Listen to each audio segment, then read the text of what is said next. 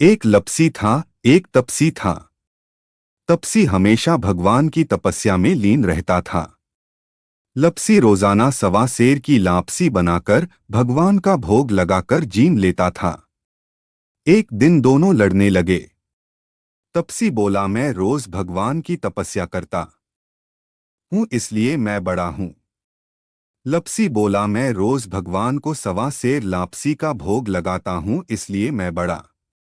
नारद जी वहां से गुजर रहे थे। दोनों को लड़ता देखकर उनसे पूछा कि तुम क्यों लड़ रहे हो। तपसी ने खुद के बड़ा होने का कारण बताया और लपसी ने अपना कारण बताया। नारद जी बोले, तुम्हारा फैसला मैं कर दूंगा। दूसरे दिन लपसी और तपसी नहाकर अपनी रोज की भक्ति करने आए तो नारद जी ने छुपकर 1.25 करोड़ की एक अंगूठी उन दोनों के आगे रख दी। तपसी की नजर जब अंगूठी पर पड़ी तो उसने चुपचाप अंगूठी उठाकर अपने नीचे दबा ली। लपसी की नजर अंगूठी पर पड़ी लेकिन उसने ध्यान नहीं दिया, भगवान को भोग लगाकर लापसी खाने लगा। नारद जी सामने आए तो दोनों ने पूछा कि कौन बड़ा, तो नारद जी ने तपसी से खड़ा होने को कहा।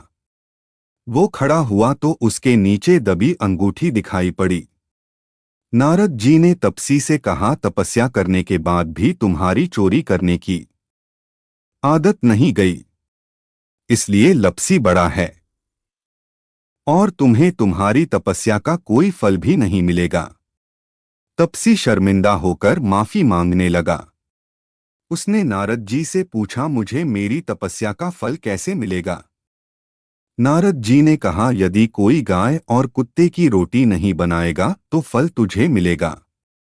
यदि कोई ब्राह्मण को भोजन करवाकर दक्षिणा नहीं देगा तो फल तुझे मिलेगा।